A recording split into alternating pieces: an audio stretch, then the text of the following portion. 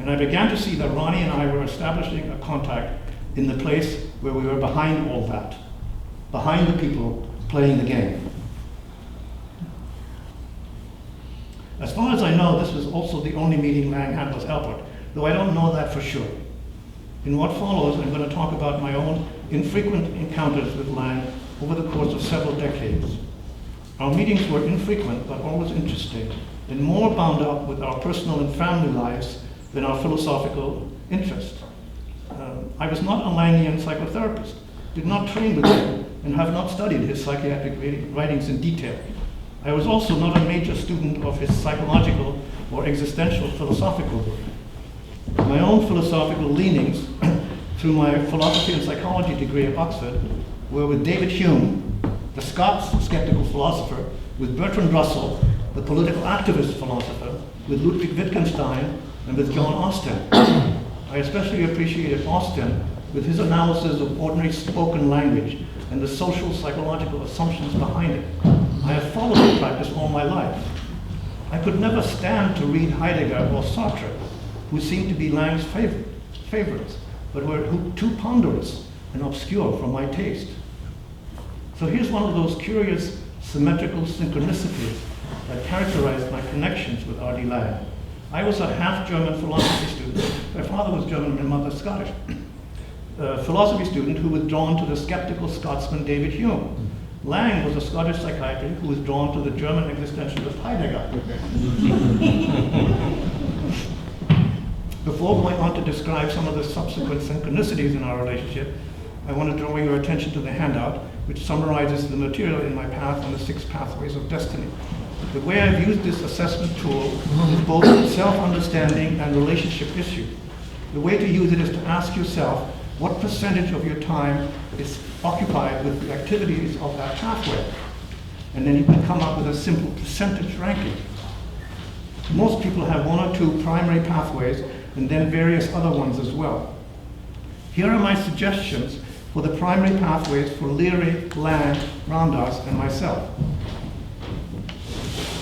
Laing was on the healer-therapist path as number 1, the critic reformer, number 2, and the storyteller, musician, artist, number 3. Leary's number 1 path was social scientist explorer, critic reformer, number 2, storyteller, number 3. Ramdas' number 1 path was also therapist healer, number 2 teacher, number 3 storyteller. My own pathways are also primary explorer scientist, number 2 teacher social scientist, 3 therapist healer. You may find it useful to rank your own life paths using a chart and then see how that correlates with your affinity or lack thereof with these individuals. It's also useful to assess the pathways of your partner, your parents, yourself at different phases of your life.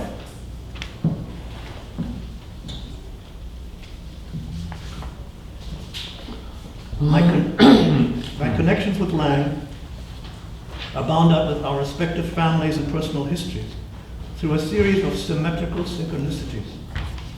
Synchronicities are events or situations that are connected not by causality, but by meaning. Synchronicities only occur when recognized. Otherwise, it's just a coincidence. Jung called it an acausal connecting principle. I've recently come to think that maybe synchronicity is the more general principle and causality the special case that involves purely objectively the laws of physics independently of recognition of these laws. I already mentioned one synchronicity between Ramdas and Laing and myself. Laing, the Scotsman, drawn to German existentialism, myself, the German-born, drawn to David Hume and the Scots skeptical empirical tradition. So here's another one of those meaning-filled coincidences linking R.D. Laing and myself. My mother, Jessie, was Scottish and came from a small town near Glasgow in Ayrshire, where I also lived for about a year when I was 11 after the war. My father was German, and I was born in 1936 in Berlin, where I spent the first 10 years of my life. In 1964, I introduced Jutta Brunner, a young German woman I had met, to Ronnie, who was from Glasgow, and she became his second wife. Thus, synchronicity number 2. My mother was a Scotswoman who married a German man. Ronnie was a Scotsman from Glasgow, married to a German woman. I used to wonder why my mother didn't speak with the same delightful Scottish burr that Ronnie had. I finally realized that my mother probably lost her accent because she worked at UNESCO for 30 years and probably had to cultivate the proper King's English, whereas that constraint did not apply to Ronnie, the psychiatrist. For him, it was a positive thing to have the Scottish burr. My first actual personal meeting with Jutta and with Ronnie separately occurred in 1964 when I was returning from a 3-month-long trip to India, where I visited ashrams and holy places and searched unsuccessful for a guru, studied with Lama Govinda and so forth, took LSD with Leary at the Taj Mahal.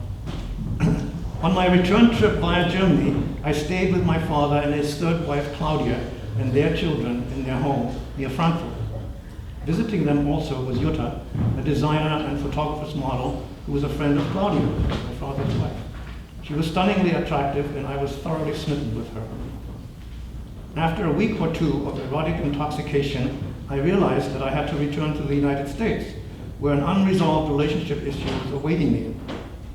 Jutta, for her part, had no interest in a relationship with me. She wanted to go to London to pursue her career in design.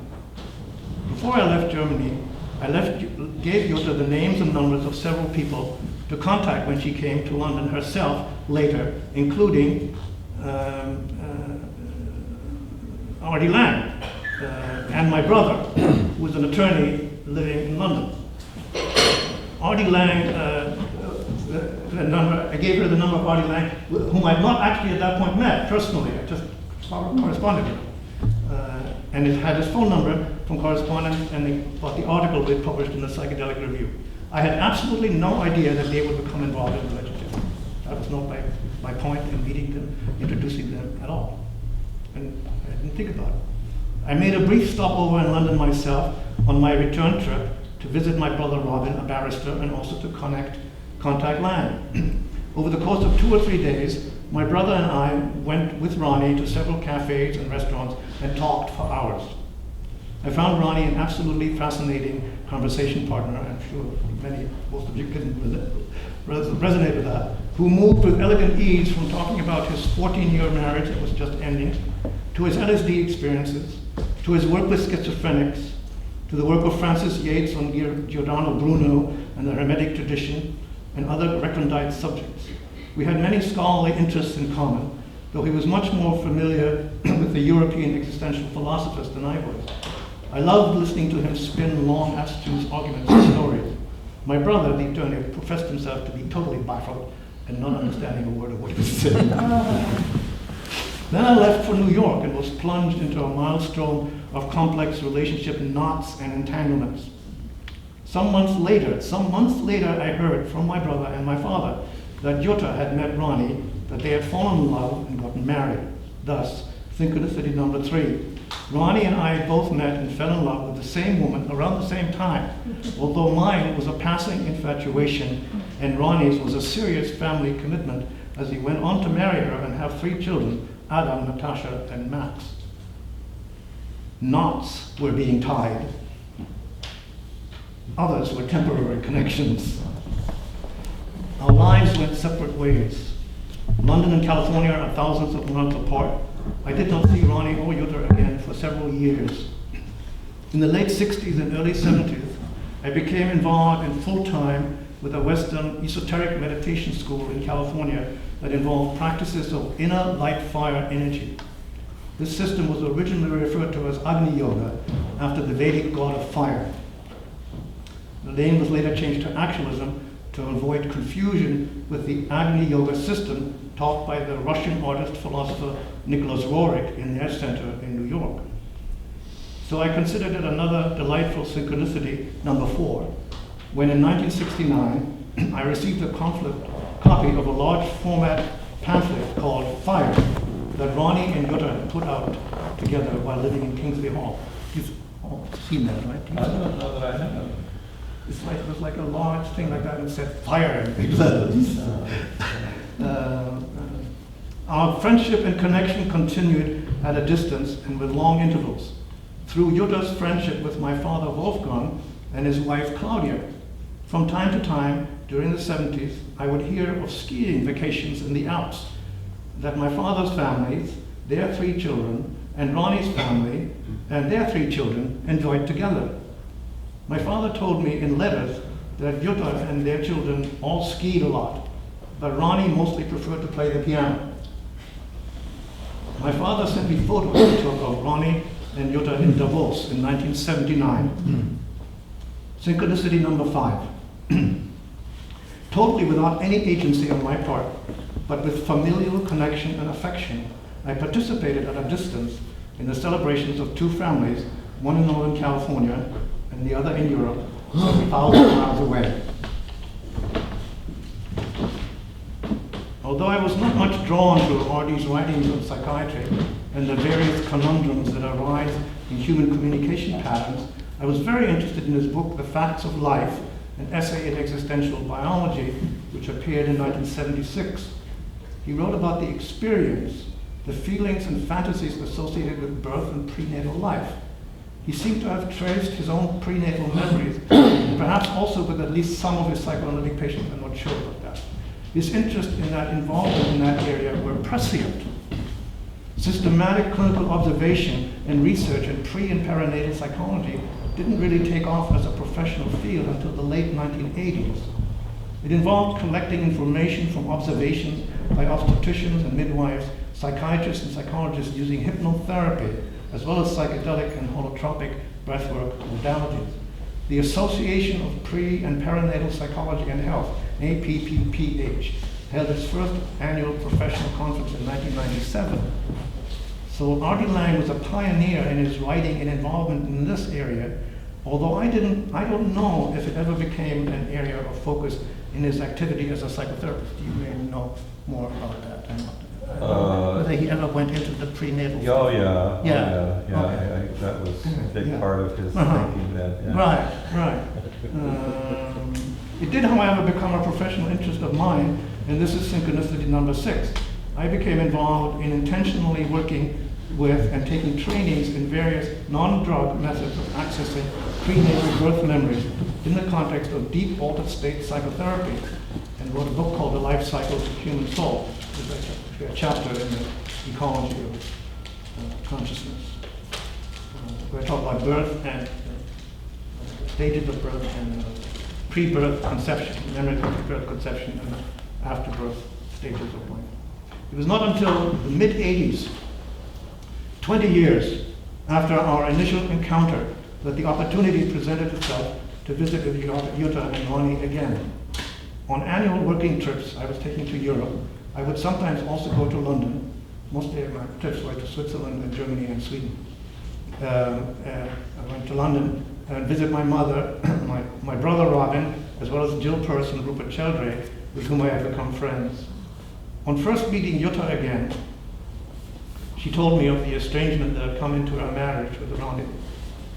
Although for a 10-year period they had traveled together, including in the United States, in more recent years he was often away for long periods of time. She also said something about his problems with alcohol and his brief, but occasional brief but violent rages. I had heard with dismay from other people in the United States and Europe of Lang's problems with alcohol that sometimes made him incoherent public lectures or in seminars like places like the Esalen Institute in California.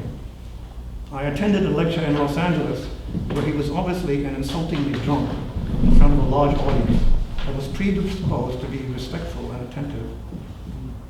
I heard also that he would sometimes launch into seemingly unprovoked personal attacks on people in semi-public or social situations. Well, you talked about that, didn't you? Stanislav Grof, for example, told me of a dinner arranged in London by Jill Peirce that was intended for Grof and Lang to meet.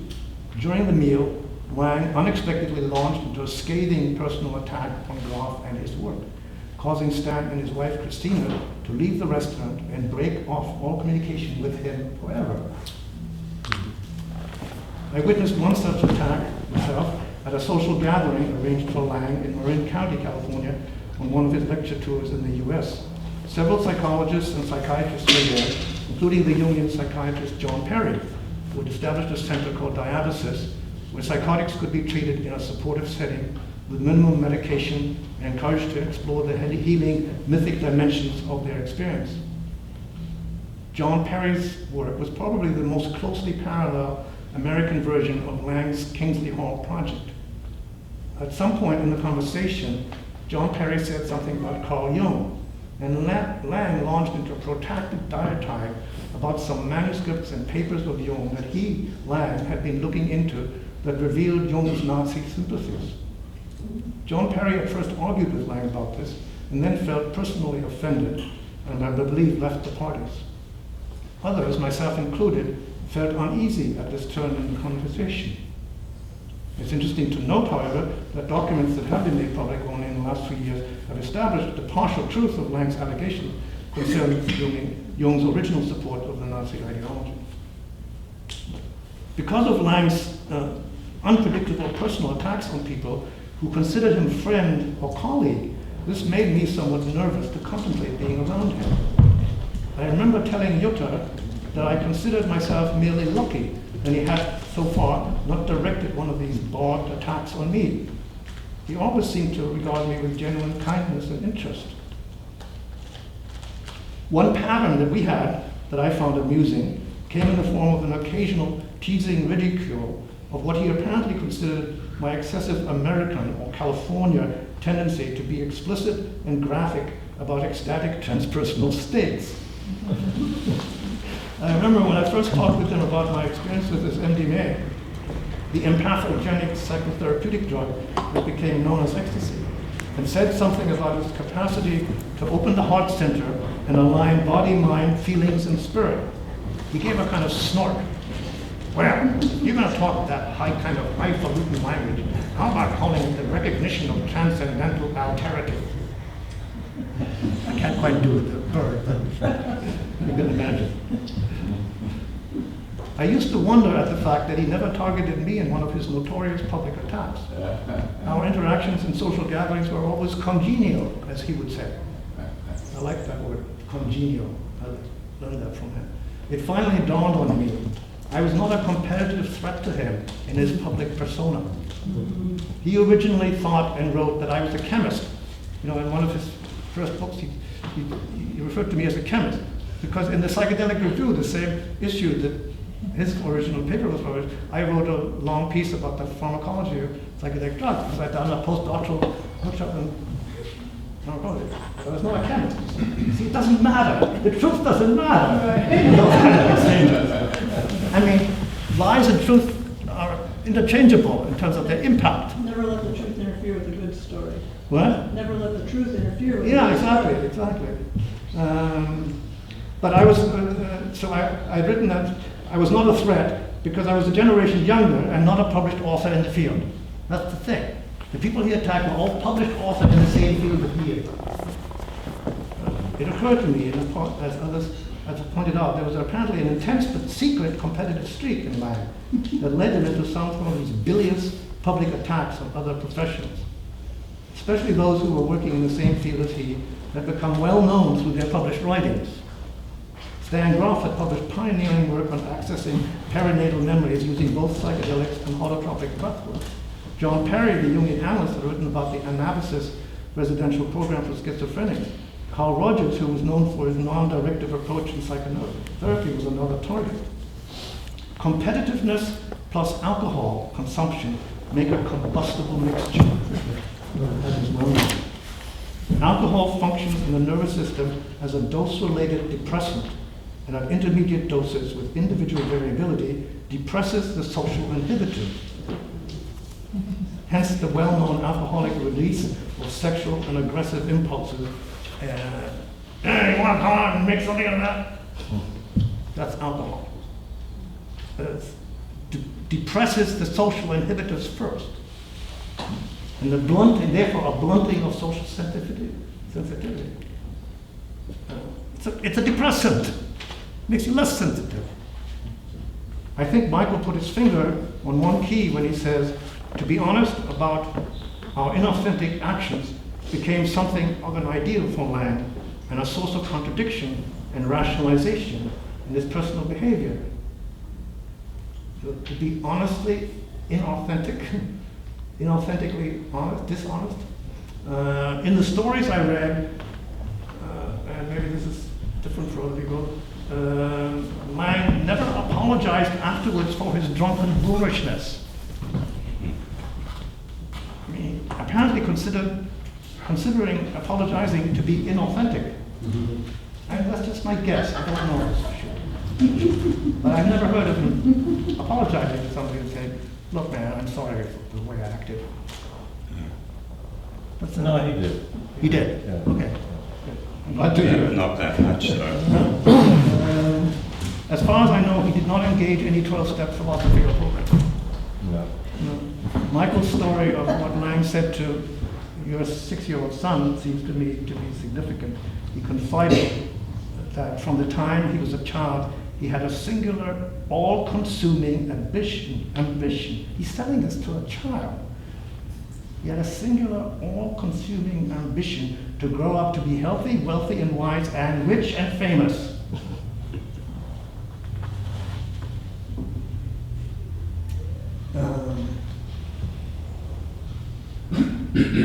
How are we doing on time? Well, we're good. We're good.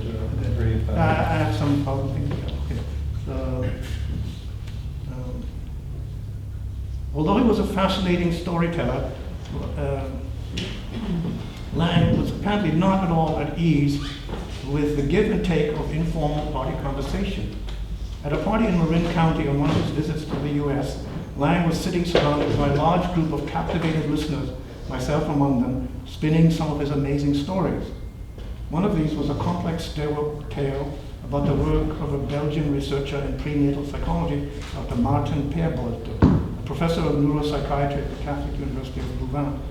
Peerbolte had built a large underground aquarium where prenatal therapy could be carried out in a watery, womb-like environment and observed from the outside. Laing said that when he and Peerbolte were observing the psychotics and their therapists floating around in the tank with flippers on their feet, Peerbolte had turned to him and remarked that in this environment, you can't tell the difference between the doctors and the patients. Peerbolte had developed a concept of conception shock as an earlier parallel to the birth trauma that also had significant impact on the individual's subsequent psychological development. Conversely, for health, sanity, and positive psychological qualities, Peerbolte apparently believed that a full orgasm of the woman at the moment of conception was a prerequisite. Ronnie was particularly delighted by the story of how Peerbolte, a professor of neuropsychiatry and a colonel in the Belgian army, presented his views at an annual meeting of the entire university with all the Jesuit dignitaries, as well as the Belgian royal family in attendance, and speculated freely about the probable orgasmic conception experience of Mary, the mother of Jesus. I thought you'd appreciate that. When I met with Jutta and Ronnie again in London in the summer of 1985, I realized that there was another one of these intriguing synchronicities, number 7, in our personal history. 20 years previously, at the time of our initial meeting with Jutta, Ronnie was ending his first marriage. Now, the marriage with Jutta seemed to be moving towards a separation, and he and I came together again. How much time did you say I had? No, we're good. We're good. 10? Okay. So, as for me, I was again, as 20 years before, entangled in a romantic conundrum. I had somehow fallen in love with a French woman I had met at a conference, but both she and I were in other relationships. She wanted very much to have a baby, and on the night I stayed at her apartment, she dreamed of being pregnant. We didn't have sex, didn't make love. She dreamed of being pregnant. When I got to London, she called me to ask if I would father her child. I didn't know what I should do.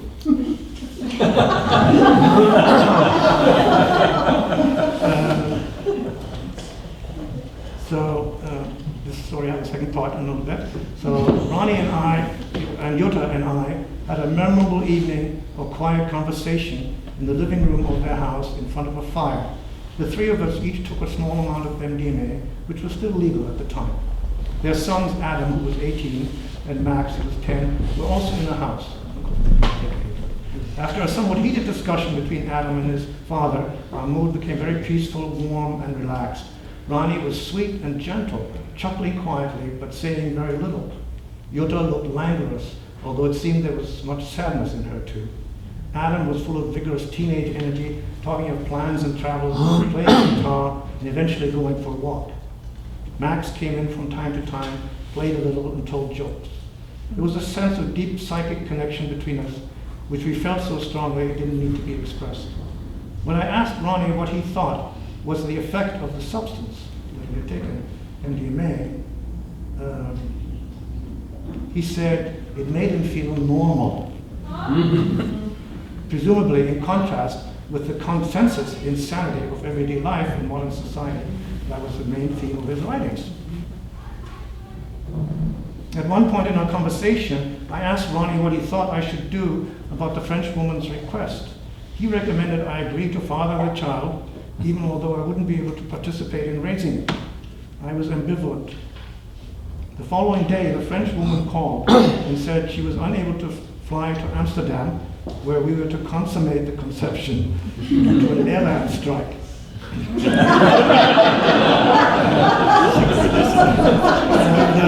And also, her boyfriend had changed his mind and agreed to her request to have a child. The knots of entanglement were being dissolved, perhaps through our telepathic communion triggered by the substance. I don't know. At another point, I mentioned to Ronnie that he had a somewhat fearsome reputation for launching unexpected personal attacks on people in social settings. This information seemed to surprise him, although he was not at all defensive. I asked him what his perception was of these incidents I'd heard about or witnessed. After a pause, he shrugged and said something to the effect that he always felt the impulse to puncture self-delusion or hypocrisy whenever he encountered it. Later in the evening, Ronnie and Jutta made music in a way they had often done, although I had never heard them before. Ronnie had originally considered, so I heard, I think from him, considered becoming a classical pianist and played superb piano, and Jutta was a trained singer. They performed some songs by Franz Schubert and by Hugo Wolf. Listening to them at that time was for me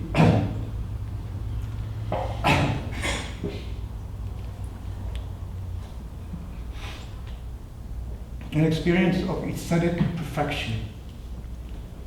And here was yet another synchronicity, number 8. I too was a passionate fan of classical music, especially piano, and had in fact studied piano as a teenager and again much later.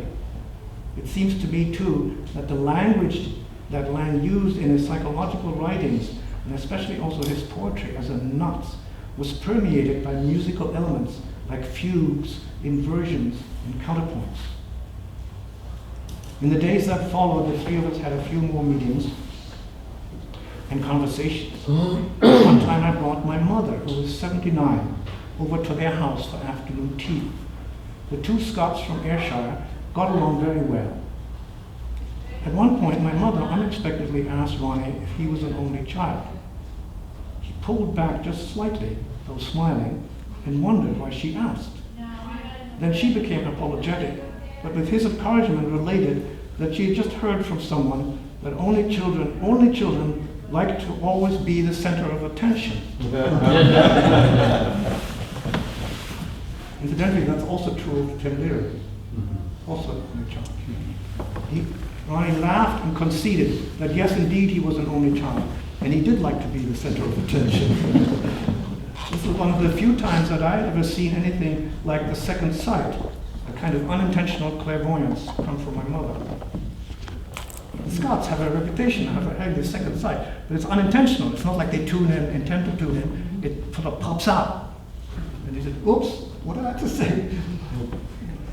After my mother left, Ronnie and Jutta both expressed how much they liked her. I said my relationship with her had improved enormously in the past few years, and I was enjoying her company much more. The only thing that still made me uncomfortable around her, I said, was that she seemed so opinionated. At that, Ronnie gave me one of those owlish glances with head bowed slightly down, but with one huge round eye and eyebrow tilted up and focused towards me. You ever see those? like that, like an owl. Saying, well, you've got quite a few opinions yourself, don't you? I cracked up, realizing that I had just been the recipient of the same kind of perceptive zinger that he had received from my mother. He was intrigued and amused by the term zinger, which I had learned from a vast woman friend of mine in California. She used it to refer to the kind of pointed remark that sometimes pops out from highly intuitive persons. It differs from a barb in that it does not imply blame or criticism, but simply states an undeniable truth. It doesn't hurt the other's feelings. It makes them laugh with self-recognition. My mother's zinger had made Ronnie laugh. His zinger made me laugh.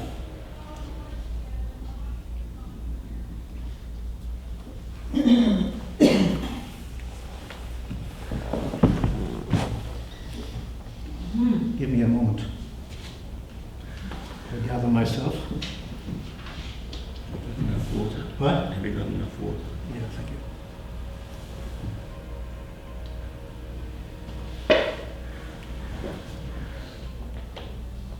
The final synchronicity, number 9, was that my mother and Laing died within days of each other in 1989.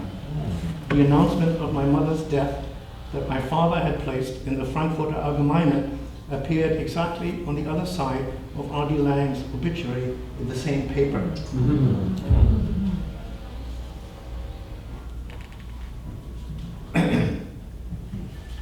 This is how I like to hold the image of Ronnie Laing in my mind: a brilliantly intuitive, skeptical intellect, a highly sensitive, compassionate therapist healer in the soul of a musician and a poet.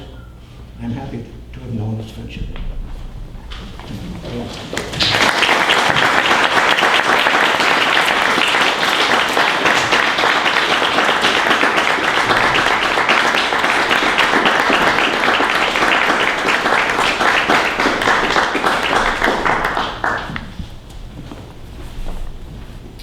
Thank you, Ralph. That was remarkable. I had no idea all these synchronicities that you were running. Once I started counting them up, more and more popped up. Yeah. That's the thing about synchronicity. It only occurs when you recognize it. Yeah. A strange connection between the subject and the object. If you don't recognize it, it's just a coincidence. You want to say more about that? About synchronicity? How you Well, understand it? that's the key in some ways. And I'm sure a couple of a picture of what's the physicist that wrote about synchronicity? Pauli, right? Right, Jung and Pauli had Yeah. wrote together about Yeah. that conversations. Yeah.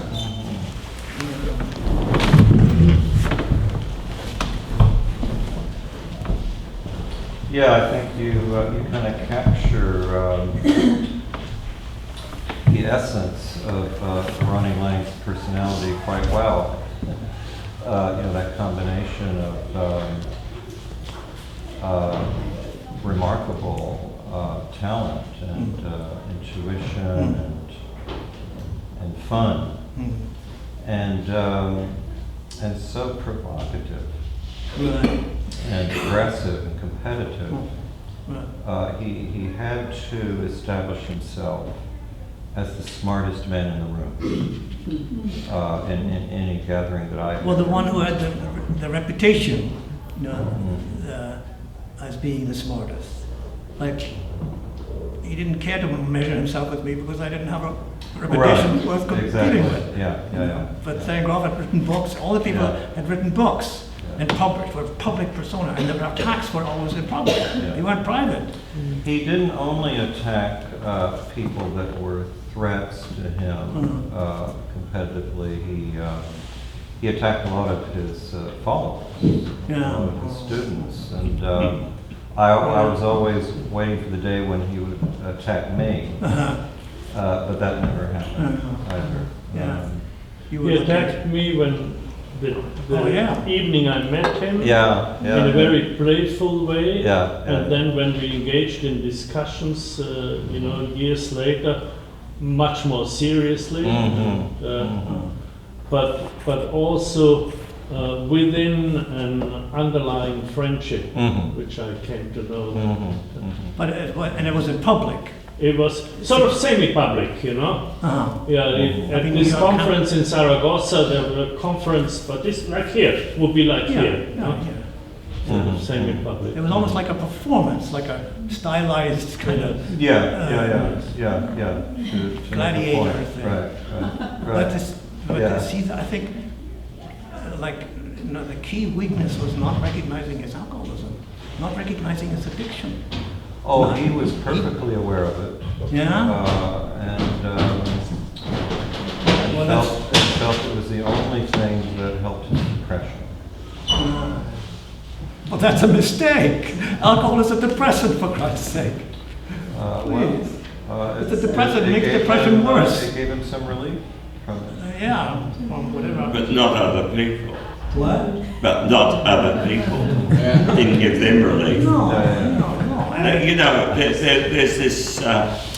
There's this story in that Laing, Creative Destroyer, about his encounter with Carl Rogers, and I think he was meeting Carl Rogers. It's just my memory of it was he was meeting Carl Rogers in London for a meal, a Chinese meal or something, and it wasn't public. Preparatory maybe it was preparatory. And it wasn't public. It was in front of Rogers' group and Lang's group, so there was a small So there was a few people, and then he said something like, "Oh, you're a person," wasn't it that way? And he was just making, "Oh, this is a person. He's a person."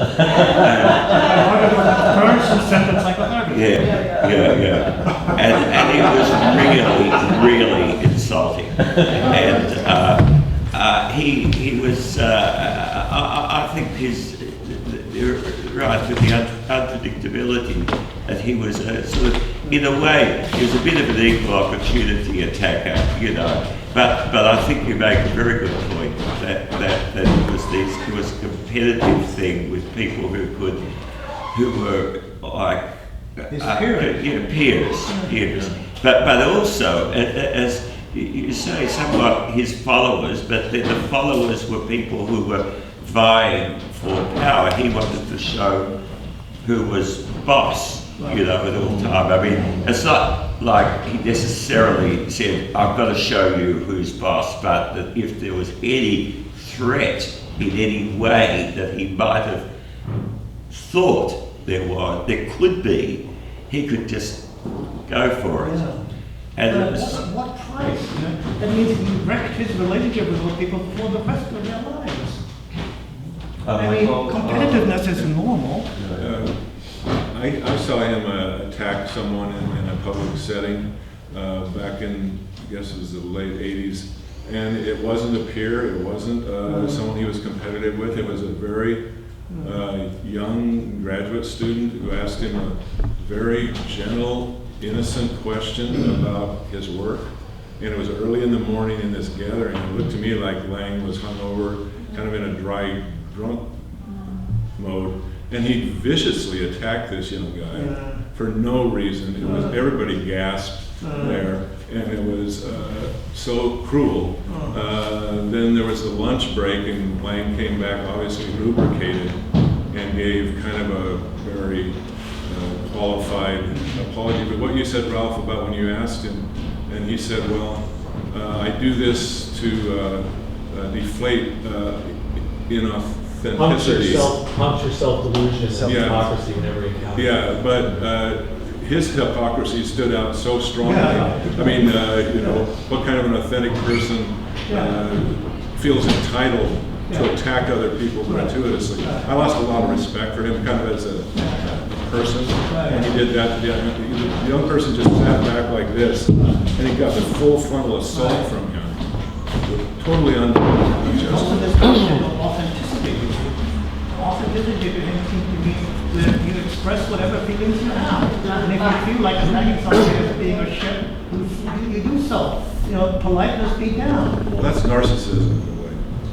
Well, I guess. Isn't it true? I personally got worse than he does.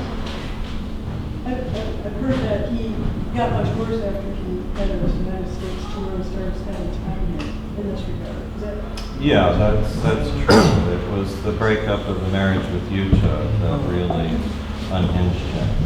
And being here, I could kind of understand being here because the Americans wanted to turn him into Jesus. And Yeah. they weren't going to let that happen. Well, he also hated, it was weird. I mean, as Ralph mentions, he craved fame and set out to become famous, and he did. And then he hated it, as many famous people do. Yeah. And, a lot of celebrities hide, from people. And so Laing would take it out on the audience, when I never saw him do that, when I was working with him. But after the breakup with Utah in the 80s, that's when he started touring. Well, for one thing, he gave up his practice. The only source of income was, at that point, lectures, which he did constantly, always in great demand. And I asked him once, because I saw this happening over and over again. He would show up drunk, he wouldn't be able to go on, or he would go on and behave belligerently. And I asked him once, why in the world are you doing this, Ronnie?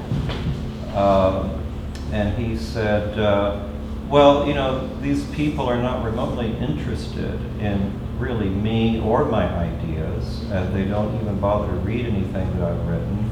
They just want to see R.D. Laing. And by God, that's what they're going to get. Just in terms of that, Mike, I had the impression that it was sort of like, the problem with R.D. Laing is that he had the delusion that he was R.D. Laing. Well, he talks about that. Yeah. And do you remember, Mike, once at a party, that Laing actually got a cake and threw it in the face of the host. The host that made the cake for him at the party, and it was really horrible. He just went like that, and it was a beautiful cake. It wasn't just. It's a very insulting thing to do, and he was doing what he felt like, and it was. Was that rationalizing that as authenticity? Yeah. See, authentically, I feel you're full of shit. That's But what right. about consideration or sensitivity to other people's feelings? Yeah. That can be authentically also, or you just override that. Well, I saw that behavior sometimes at Portland Road with the residents living there who would, out of nowhere, insult somebody or even attack someone physically. And then when you ask them why they did it, that person was being inauthentic. So that was part of his resonance, his connection, I think, with the people that he worked with, was that he knew he had some wavelength about that extreme, vulnerable, way too sensitive take, on what's going on with the other person. And it doesn't arouse sympathy, it arouses anger. Well, and then alcohol, you see, goes against that. Knocks that out. Alcohol blunts the sensitivity. Speech, yeah. The dude would like to apologize to everyone here for having flipped my lid yesterday with Ralph and make some amends. I would like to play a song for Ralph. What? He's going to play a song. Oh, you're going to play a song? For you. For you. To make a meeting. I thought, But we do it later. You decide what's appropriate. But Marion also has. What do you think, Ralph? Now or later? I don't know. It's-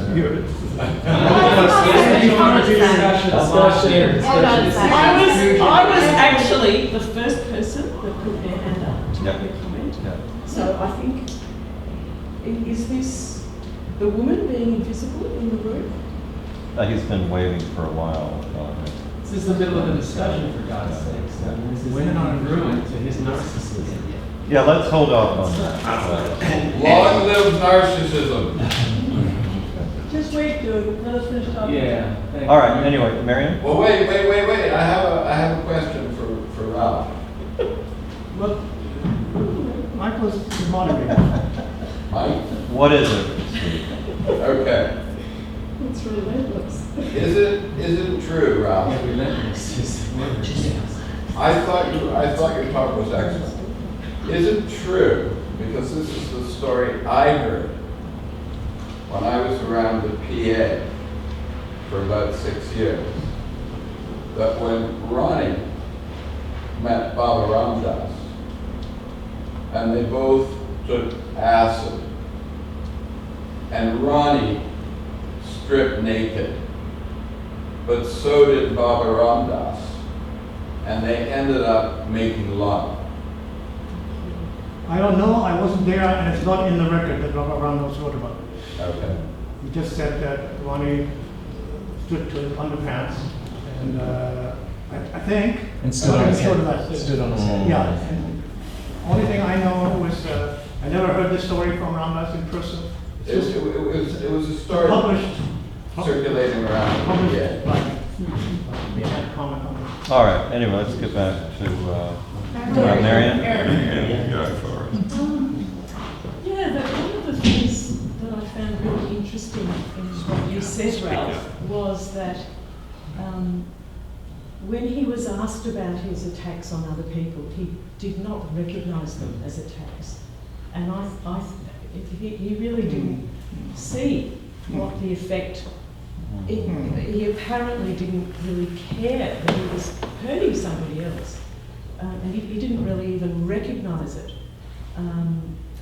But clearly he could be very cruel and hurtful and contemptuous, and you know, all of those things. But what I think is really interesting is that I mean, he must have known unconsciously that he was doing that, because you know, the overarching theme of his work was to do with his perception that psychiatrists were attacking and harming and exerting power over patients. Yes. Well, he did, I think he did know. The first part I think you got right, that he didn't think of it as hurting people. And later when there was damage done, he did usually apologize for it.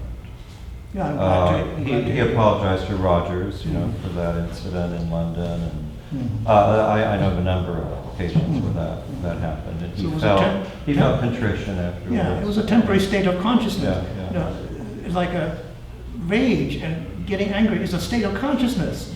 It's time limited. It lasts for 5 minutes or sometimes some hours, but it's definitely a state of consciousness. You're not in your right mind. It's like tweeting in the Someone morning. say that he apologised. Another narcissist. I thought I heard someone say that he often apologised, and that he kind of defended himself by saying that he was, you know, just being authentic or you know, puncturing hypocrisy. Well, Which that's is not, a sort of that's not, disowning of that's the not real- mutually contradictory to say that you think you're addressing some wrong that somebody's done, and then realized that they didn't take it well. As Fritjof says, I mean, a lot of people experienced that kind of aggression with him, but it was in a context of a friendship, and sometimes he crossed the line, and not knowing. But yeah, I'm sure there were times when he was just completely contemptuous of somebody that he didn't like, who was not a friend of his, and he may not have felt any contrition in those situations. I think he just didn't compromise, And I was thinking about this as you were speaking of my experience yesterday and today, and when I listen to people, very often there's a small part where I say, well, I don't really agree with that, or I don't really like that attitude, or something like this. But I wouldn't say it out loud, I'd just say it to myself. And I say, it's very valuable what she is saying, but this part, I don't go for that. And Ronnie didn't do that. And he went for it. And I think the mirror image of that is his extraordinary ability to relate to people, to his patients, where he really picked up the authenticity and really related in a very strong way. And so, in a way, one doesn't go without the other. Well, he certainly never attacked a patient. No. That's the thing. That was what I was saying. It's situation dependent. See, on the relation, he was a healer, and the relationship with the patient or client or therapy, that was the primary thing. Okay, Will? Yeah, I think this is actually a very remarkable discussion, because it's typical in these kinds of settings to put our, whoever it is up on a pedestal, to not talk about these kind of shadow and dark such. I think it's very good that we're having this discussion. And that was my question, because I've never heard any report that he ever exhibited any of this drunken, boorish aggression towards patients, and that seems to be very clear. But my question that I also have, and maybe Ralph, you know something about this has come up a few times, there is some sort of rumoring around maybe he slept with some of his patients, and I don't want to necessarily get into that discussion because we've had it before, but do you know anything about that, or do you know? No. My contacts with him were quite limited, as you could saw. Yeah. So he didn't have a reputation around that. Chelsea's had her hand up, and then you. It seemed that Ronnie Laing, if I can call him Ronnie, it seemed like he was so dedicated to personal growth and insight that I would assume he took insult from the people who would come to his presentations and had not done a lot of research, who weren't really dedicated to the work. Because if you think about what the whole housing, things that he was doing, you had to be fully dedicated and completely engaged. I would assume that he was attacking people in a way that he was feeling attacked by others, completely unintentionally, but slights and insults to his work just because people have not dedicated themselves to learning. And I think, again, the idea of a therapist, a psychiatrist, we're expected to be perfect at all times with our clients. It sounds like outside of that, he was kind of like, this is not important. Well, I know some of the people quite well that he attacked in the PA in London. People that I considered sycophants of Laing. Sycophants. They just sucked up to him. They adored him. They wanted to bask in his glory. They wanted to use him. And he catered to that, and I found that personally disgusting. And he eventually had it one by one, and just said, "You're just using me. You don't really, et cetera, et cetera." So yeah, he would do that too. Very much like you were describing that. That once someone becomes so big that they don't exist anymore, it's this aura of them that people are drawn to. It's like his sense of self. I would assume was insulted by people who would want to be around just for a, kind of the new like what would happen now is they only want to be around for a picture. They don't really they didn't believe in the work. They just wanted to idealize him and in turn be rewarded. I just want to say that it's also his projection. I mean, I'm not saying that there weren't loads of people that were like that. In fact, thousands of people all over the world that saw him that way. But it's also his projection. I mean, I was sitting there in an audience, which I actually was in Melbourne, and he was very contemptuous and insulting of the audience. And it's like he's saying to himself, Marion is not a serious student. How the fuck would he know? Yeah. I don't know if anybody's ever done or written about his astrological chart, because he has a Sun, Mars, and junk. And Mars is drive, aggression. It's right there with the Sun, and it's square Pluto. It's fire. And Pluto is power over or power under. And so it's very much embedded in his astrological chart that drive and that showing, and it's in Libra. There's also a Neptune opposing Moon square Saturn, which can be very difficult emotionally, but also that represents the intuitive in him. And being able to empathize with people and heal and all of that. So just fascinating information about.